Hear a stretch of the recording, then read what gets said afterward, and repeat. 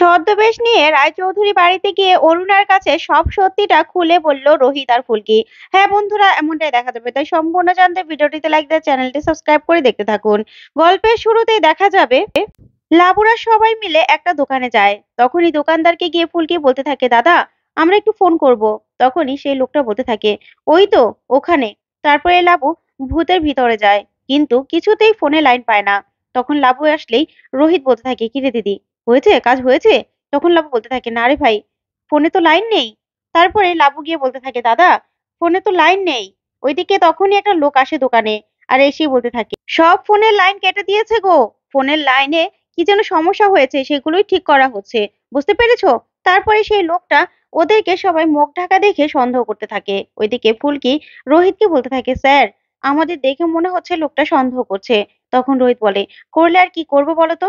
তারপরে লোকটা বলতে থাকে সেই দোকানদারকে, কিছু একটা চাইলে দোকানদার বলতে থাকে, দেখছি। আর ফোনের লাইনেরই বা কি হলো সেটাও দেখছি।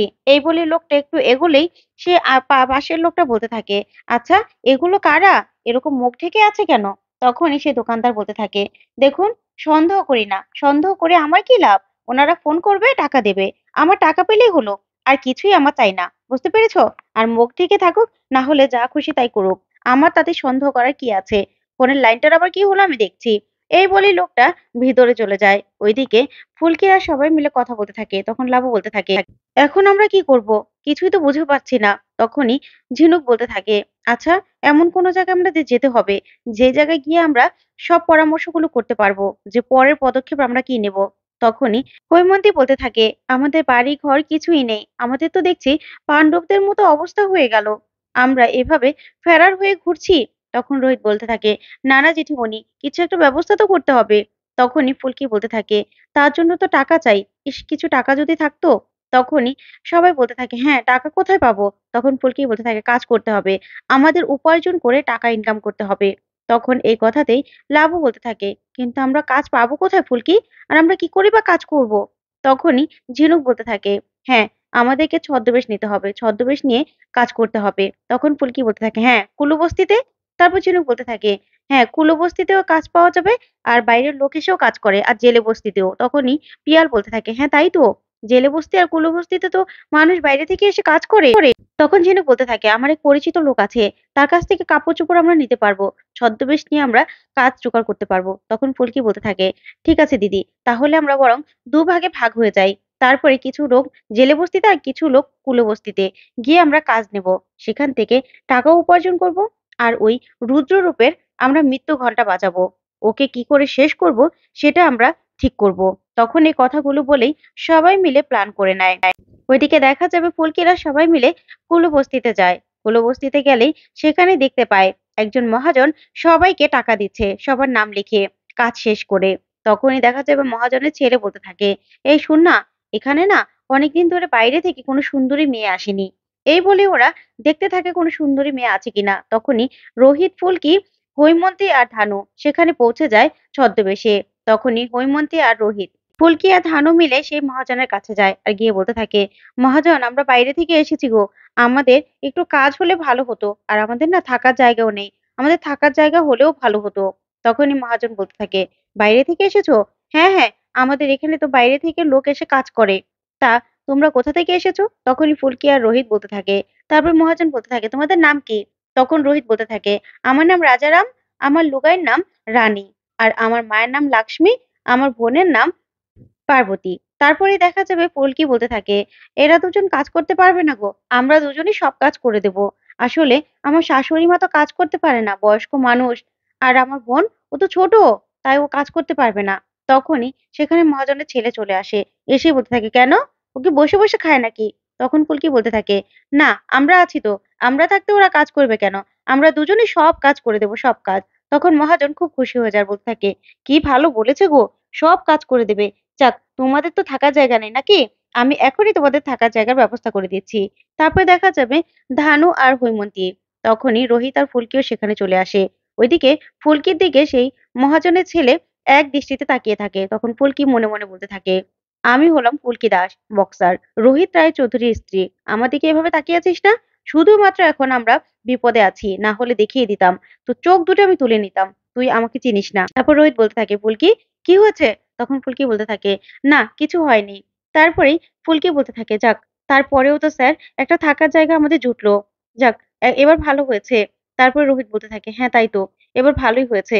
আমাদের থাকার জায়গাটা তো অন্তত আমাদের ঠিক হয়েছে। তারপর ফুলকি বলতে থাকে, কিন্তু স্যার মা কাকিমাদের জন্য না অনেক মন খারাপ করছে। মাকে যদি একবার একটু জানাতে পারতাম সবটা। তখন রোহিত বলতে থাকে, ফুলকি তুমি চিন্তা করো না। এখন তাড়াহুড়ো করা যাবে না। কিন্তু তুমি আর আমি করব। ভেবে চিন্তে সবটা করব। ঠিক আছে? তখন পুলকি বলতে থাকে, ঠিক আছে স্যার।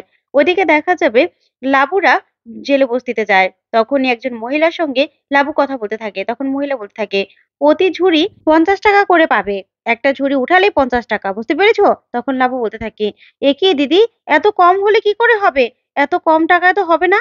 তখনই মহিলা বলতে থাকে, নতুন কাজ করতে এসেছে আবার এত দাম দর? তখন লাবু বলতে থাকে, আসলে দিদি জিনিসপত্রের যে দাম নিজেদের সংসারও তো চালাতে হবে। তখন মহিলা বলতে থাকে, তাহলে কত টাকা করে নেবে? তখন লাবু বলতে থাকে, ৭৫, ৭৫ করে দিলেই হবে। তখন মহিলা বলতে থাকে, ঠিক আছে, আগে কাজ তো শুরু করো। তারপর মহিলা চলে গেলেই লাবু বলতে থাকে, যাক একটা থাকার জায়গা তো আমাদের জুটলো। তখনই পিয়াল বলতে থাকে, হ্যাঁ, যাক এবার অন্তত নিশ্চিন্ত। তখন পায়েল বলতে থাকে, আমার না সবসময় মনে হচ্ছে কেউ মনে হয় বন্দুক নিয়ে আমাদের পিছনে তাড়া করছে। এই বুঝি বন্দুক ঠেকালো আমাদের মাথায়। তখন লাবু বলতে থাকে, না, না পায়েল এসব কথা একদম বলবে না, একদম ভাববে না। তখনই ঝিনুক বলতে থাকে, এখানে অন্তত রুদ্ররূপের লোকজন নেই। তবে আলাদা একটা জগৎ মনে হচ্ছে। তারপরে লাবু খুব কষ্ট পেতে থাকে আর বলতে থাকে, ওই রুদ্র যে আমাদের এরকম অবস্থা করবে, এভাবে কোণঠাসা করে দেবে, কোনোদিনও ভাবতেও পারিনি। আমরা বেঁচে আছি। অথচ দুনিয়ার সবার কাছে আমরা মৃত হয়ে গেলাম। আমি না ভাবতে পারছি না, কি থেকে কি করব? তখনই পিয়াল বলতে থাকে, আমাদের তো তবুও থাকার জায়গাটা জুটেছে। ফুলকিরা জোটাতে পেরেছে কিনা কে জানে? এই আলাদা হয়ে না আরো বেশি খারাপ লাগছে। তখন ঝিনুক বলতে থাকে, না, না ভাই চিন্তা করো না। রোহিত আর ফুলকি একসঙ্গে আছে তো? ওরা ঠিক কিছু না কিছু একটা ব্যবস্থা করে দেবে। তখন লাবু বলতে থাকে, সেটাই তো ভরসা। ওরা দুজন একসঙ্গে থাকলে আর কোনো বিপদ ওদেরকে ছুঁতে পারবে না। অন্তত ওরা তো ভালো থাকবে। সেটাই ভরসা। তারপরে ঝিনুক বলতে থাকে, লাবুদি আপনি একদম চিন্তা করবেন না। ওই রুদ্ররূপের না ধ্বংস হওয়ার দিন চলে এসেছে। ওইদিকে দেখা যাবে রায়চৌধুরী বাড়িতে সবার শ্রাদ্ধের কাজ করা হচ্ছে। সেখানে রুদ্র মিডিয়ার লোকজন সবাইকে নিয়ে শ্রাদ্ধের কাজ করাচ্ছে। তখনই ফুলকি আর রোহিত বাউল বেশে সেখানে চলে আসে। এসে গান গাইতে থাকে। তখনই ফুলকি বলতে থাকে, স্যার বাড়িঘর এরকম সাজানো কেন ফুল দিয়ে? তখন রোহিত বলতে থাকে, ফুলকি তুমি বুঝতে পারছো না?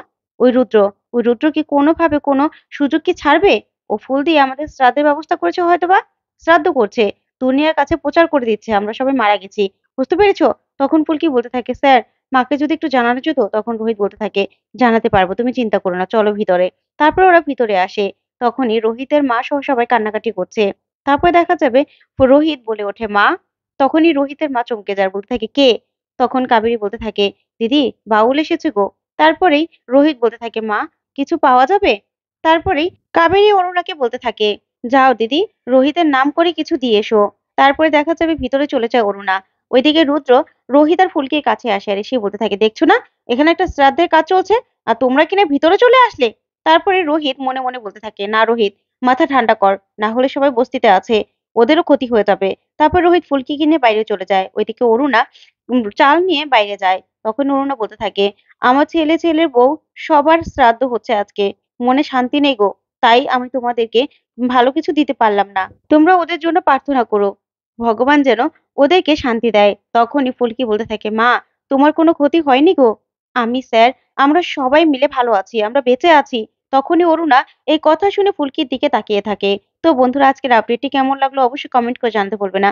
আর পরবর্তী আপডেট পেতে চ্যানেলটি সাবস্ক্রাইব করবে। ধন্যবাদ।